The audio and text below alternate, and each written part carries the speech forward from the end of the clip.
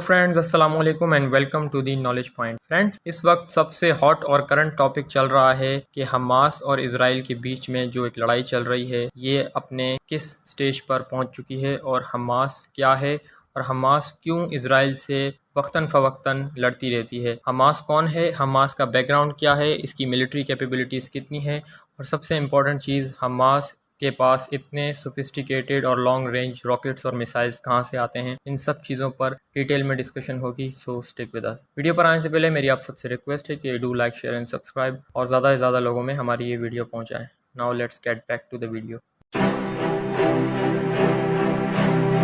Friends, इस वक्त जो करंट टॉपिक चल रहा है वो हमास और इजराइल के बीच में जंग है।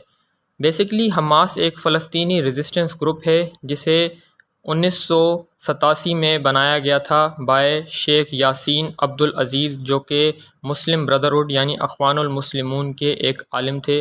बेसिकली मुस्लिम ब्रदरहुड यानी अख़वानुल मुस्लिमून बनी थी 1925 में इजिप्ट में, और इसे बनाने वाले एक शेख थे नेम्ड एज शेख हसन अल बन्ना। हमास भी इसका एक विंग है जिसे 1987 में शेख यासीन अब्दुल अज़ीज़ ने बनाया था और 2007 में हमास ने गाज़ा पर कब्ज़ा कर लिया था और 2007 के बाद से ही हमास और इजराइल हालत जंग में हैं। बेसिकली हमास जो है वो एक फ़लस्तीनी रेजिस्टेंस ग्रुप है जो कि बैतुल मक़दस और फ़लस्तीन की आज़ादी के लिए वक्तन फ़वक्तन जद्दोजहद करता रहता है।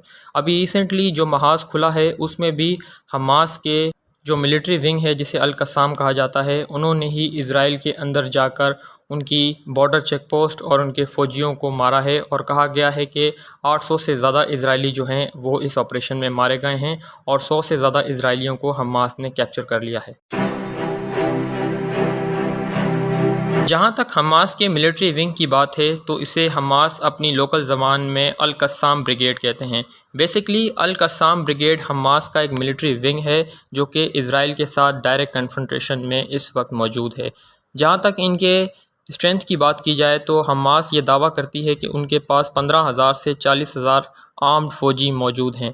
इनके रॉकेट्स की जहाँ तक बात है तो हमास के एक स्पोक्समैन के मुताबिक इस वक्त तक हमास के पास 30,000 से भी ज़्यादा रॉकेट हैं, जिनमें से 8,000 से ज़्यादा वो इजराइल पर फायर कर चुके हैं। बेसिकली 3 अक्टूबर 2023 को IDF के एक चेक पोस्ट पर हमला हुआ था जिसमें IDF के मुताबिक उनके बहुत से फ़ौजी मारे गए और इसके बाद पूरी गाज़ा पट्टी के ऊपर हमास ने एक फ्रंट खोल दिया है इजराइल के ख़िलाफ़। जहाँ तक हमास की लीडरशिप की बात है तो करंटली हमास का पॉलिटिकल विंग जो है वो चला रहे हैं शेख इस्माइल हानिया, जो कि गाज़ा से ही ताल्लुक़ रखते हैं और ये पैदा हुए थे, लेकिन इस वक्त ये कतर के कैपिटल दोहा में मौजूद हैं। जहाँ तक इनके मिलिट्री विंग यानी अल कस्साम ब्रिगेड की बात है तो शेख याया शिनवार जो है इनका मिलिट्री विंग ड्राइव करते हैं और वो करंटली गाज़ा पट्टी के अंदर ही मौजूद हैं और वो वहीं से सारे ऑपरेशंस को कमांड कर रहे हैं। बेसिकली हमास की बुनियाद रखने वाले शेख अहमद यासीन अब्दुल अज़ीज़ को 22 मार्च 2004 को इजराइल ने शहीद कर दिया था और बताया जाता है कि ये अपने घर में मौजूद थे और बेसिकली ये हैंडीकैप्ड यानी एक माजूर शख्स थे, लेकिन फिर भी इन्हें अपने घर के अंदर इजराइल ने शहीद कर दिया था और उसके बाद से ही इस तहरीक में मानो एक जान सी आ गई और इस वक्त हमास वो वाहिद फ़ोर्स है उस इलाके में जो कि इजराइल का मुकाबला कर रही है।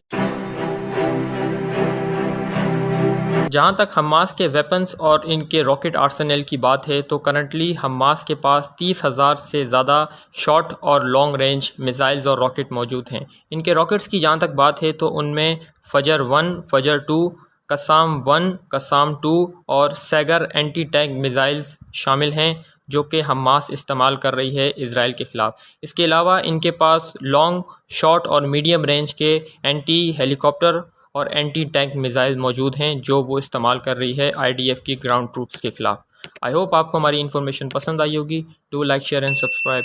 Thank you very much.